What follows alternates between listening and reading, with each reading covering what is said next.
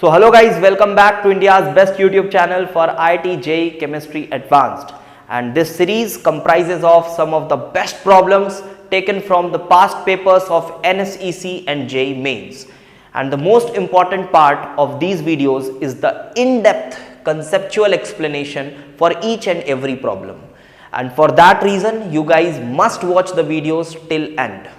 And if you feel comfortable with these comparatively simple problems, you must go out of your comfort zone and try out our Real JEE Advanced question series, where you get tough but relevant problems of JEE Advanced Plus level. And I am 100% sure that if you follow this series followed by Real JEE Advanced question series, you will get a boost in your IIT JEE score, and this channel will ultimately increase competition among all IIT JEE aspirant across India. So hello guys, here I am with part 51 of the series and taken a question from Coordination Compounds Isomerism NSEC paper 2015. चलो पहले statement read करते हैं, क्या कह रहा है question. सो एक complex दिया हुआ है जो कि Ma2B4 टाइप का है. उसमें आपने क्लोराइड डाला और वही कॉम्प्लेक्स Ma3B3 टाइप में कन्वर्ट हो गया है. तो आपको बस यही बताना है कि only one isomer is produced if the reactant complex is a trans isomer. If it is a cis isomer तब क्या होगा. तो कुछ नहीं, आपका बेसिक आइसोमेरिज्म का जो एक दो फॉर्म है वो रिवाइज होगा. इससे डायरेक्टली क्वेश्चन में समझ में नहीं आ रहा है एक बार में कि करना क्या है, बट आप नॉर्मली अगर आप स्टेटमेंट्स को पढ़ोगे तो बिल्कुल क्लियर हो जाएगा कि ये क्या बोलना चाह रहा है. तो एक्चुअली में हमें इसमें Ma2B4 और Ma3B3 टाइप की आइसोमेरिज्म डिस्कस करनी है. तो चलो कर लेते हैं. तो पहला स्टेटमेंट बोल रहा है कि only one isomer is produced if the reactant complex ion is a trans isomer. So देखो, अगर ये रिएक्टेंट आपका ट्रांस आइसोमर होगा, मतलब Ma2B4 अगर ट्रांस होगा, तो Ma2B4 अगर ट्रांस है, मान लो ये BB लगा हुआ है और आप इसमें क्या कर रहे हो, एक A लगा रहे हो, एक B हटा रहे हो. तो A कहाँ लगाओगे, आप उन चार में से कोई एक पोजीशन पे लगाओगे. उन चार में से कोई एक पोजीशन पे आप A लगाओगे, ये तो फिक्स ही रहेगा. तो आप यहां लगाओगे या फिर यहां लगाओगे, यहां लगाओ, यहां लगाओ, यहां लगाओ, यहां लगाओ, सब सेम है. ये Ma3B3 का मेरिडोनल आइसोमर बना है ना, मेरिडोनल कहते हैं ना इसको. तो ये मेरिडोनल बना, फैक्ट मार्क करके आपने पढ़ा हो. और मेरिडोनल जो होता है, इसमें आप देख पा रहे हो कि A एक दूसरे के रिस्पेक्ट में ट्रांस में, B भी ट्रांस में. तो ऑब्वियसली इसमें प्लेन ऑफ सिमेट्रीज होंगी, and because of plane of symmetry ये ऑप्टिकली इनएक्टिव होता है. ये ऑप्टिकली इनएक्टिव होता है, एंड इसलिए जब आप इस ट्रांस आइसोमर में A लगाओगे तो जो प्रोडक्ट बनेगा वो एक ही बनेगा, वो सिर्फ ये वाला है. इसका ना ही तो कोई ज्योमेट्रिकली डिफरेंट प्रोडक्ट बन पाएगा, ना ही तो ऑप्टिकली कोई प्रोडक्ट बन पाएगा. So because this is optically inactive. तो ये रहा पहला statement, only one isomer is produced if the reactant complex is trans isomer. Yes it is correct. फिर बताना है कि अगर सिस होगा तब कितने बनेंगे. ऑप्शन से एक में बोल रहा है 3 आइसोमर बनेंगे, एक में कह रहा है 2 आइसोमर बनेंगे. तो चलो देखते हैं सिस अगर होगा तब क्या होगा. अगर सिस फॉर्म में अगर वो है, Ma2B4 अगर सिस फॉर्म में है, तो आप ये देखिए, ये A2B4 अच्छा क्वेश्चन है, मेंस NSEC के लेवल पे अच्छा क्वेश्चन है. सो अगर आपने यहां पे A डाला और B निकाला, तो देखो A के पास दो चॉइसेस हैं, दो चॉइसेस नजर आ रही हैं. एक चॉइस तो है वो यहां लग जाए और एक चॉइस है वो यहां लग जाए. दोनों में ज्योमेट्रिकली आपको डिफरेंट प्रोडक्ट मिलेंगे. पहले मैं यहां लगाता हूं, यहां लगाओ, यहां लगाओ, यहां लगाओ, एक ही बात है. यहां लगाओ, यहां लगाओ, यहां लगाओ, एक ही बात है.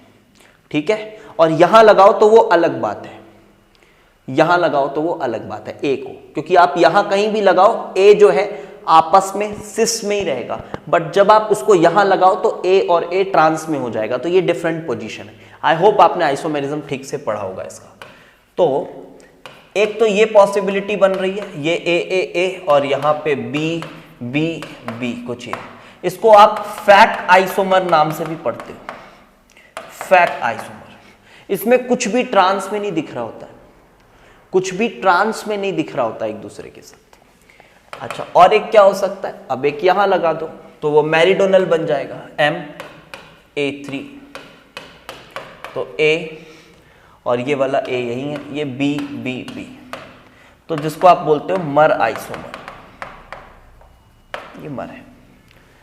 अब बताओ मैं कंफ्यूजन यहां पे क्या होता है, मैं कहूंगा आप इसको याद रखो इस बात को। यहां पे क्या हो रहा है, आपको ऑक्टाहेड्रल इमेजिन करना होगा, ऑक्टाहेड्रल कैसे दिखता है, और जब आप सेम चीज को ट्रांस में पाते हो तो ऑब्वियसली ये वाला जो प्लेन है, ये वाला प्लेन, ऐसा जो हॉरिजॉन्टल प्लेन है, ऐसा जो हॉरिजॉन्टल प्लेन है जिसमें ये चारों लाए करेंगे, अगर ऊपर नीचे सेम है, अगर ऊपर नीचे सेम है तो आप ये ऐसे काटोगे तो ये चारों क्या हो जाएंगे, आधे आधे कटेंगे, and this is your POS. तो ये तो काफी ऑब्वियस सी बात है कि मर आइसोमर में पीओएस आ जाता है, बिकॉज ये दोनों ट्रांस में तो दिख भी रहा है, ऐसे पीओएस आ जाएगा। अब कंफ्यूजन बच्चों को यहां होता है, फैक आइसोमर में ना उनको लगता है कोई एक दूसरे के साथ ट्रांस में तो नहीं है, कोई एक दूसरे के साथ ट्रांस में नहीं है, और ट्रांस में अगर नहीं है तो उनको लगता है कि ठीक है यार, फिर तो ये ऑप्टिकली एक्टिव होगा, तो एक ये बनेगा, एक इसका इनैंशियोमर बनेगा, तो आंसर 1 2 3 हो जाएगा। लेकिन आप याद रखें, इसके फैक आइसोमर में भी प्लेन ऑफ सिमेट्री होती है। कहां से दिख रही है सर, दिख रही है, देखो अगर आप ऑक्टाहेड्रल को 3D में इमेजिन करो तो दिखेगी, ये और ये सेम है, और ये सेम है। अगर ये और ये और ये और ये अगर ये सेम होते हैं ना, तो आप खुद ही सोचो, ऐसे वर्टिकल सा प्लेन लाओ, ये वाला जो प्लेन दिख रहा है तुम्हें, जिसको हमने यहां पे प्लेन ऑफ सिमेट्री कहा, उसी प्लेन के ऊपर से ऐसा एक प्लेन लाओ जो कि इस A को हाफ काटेगा, इस M को हाफ काटेगा, और इस B को भी हाफ काटेगा। तो ये तो हाफ हाफ में कट गया, हाफ हाफ में कट गया, और ये यहां से इसको M को काट रहा होगा। अब आप समझ पा रहे हो, ऐसे ऊपर से आपने प्लेन लाया, तो वो जो है वो पीओएस है यहां पे, और वो पीओएस देखो इसके इधर बी बी ए, लेकिन हाँ अगर यहां भी कुछ अलग होता, यहां मान लो सी होता, तब फिर ये पीओएस नहीं होता और मॉलिक्यूल ऑप्टिकली एक्टिव हो जाता, तब वो मॉलिक्यूल ऑप्टिकली एक्टिव हो जाता। ऑल्दो ये सिंस एनसीईआरटी में भी गिवन है तो बहुत इंपॉर्टेंट हो जाता है ये, और याद भी रहता है बच्चों को, ठीक है, आपको भी याद रहना चाहिए। So this is MA3B3 type. तो कितने बनेंगे, एक ये भी बन सकता है, एक ये भी बन सकता है, लेकिन दोनों ही ऑप्टिकली इनएक्टिव होते हैं, both are optically inactive, and because of that reason the correct statements will be, एक तो 1 आइसोमर हमने बताई दिया, 2 isomers are produced if reactant is a cis isomer, तो 1 and 4 are the correct statements, and so is the option number C. Option number C is the correct choice. ठीक है, so I hope आपको समझ आया होगा। मैं फिर से रिकमेंड करूंगा, आप पूरी सीरीज प्रॉपरली फॉलो करो, पूरी सीरीज प्रॉपरली फॉलो करो, फिर देखना आपको एक कॉन्फिडेंस आएगा, मेंस और एनएसईसी के पेपर में आपको ये बहुत हेल्प करने वाला है। और रियल जेईई एडवांस सीरीज हमारी है for JEE advanced, exclusively for JEE advanced, तो आप वहाँ से कुछ क्वेश्चंस का कलेक्शन कर सकते हो, कुछ अच्छे नए कॉन्सेप्ट सीख सकते हो, वो भी बहुत मज़ा आएगा।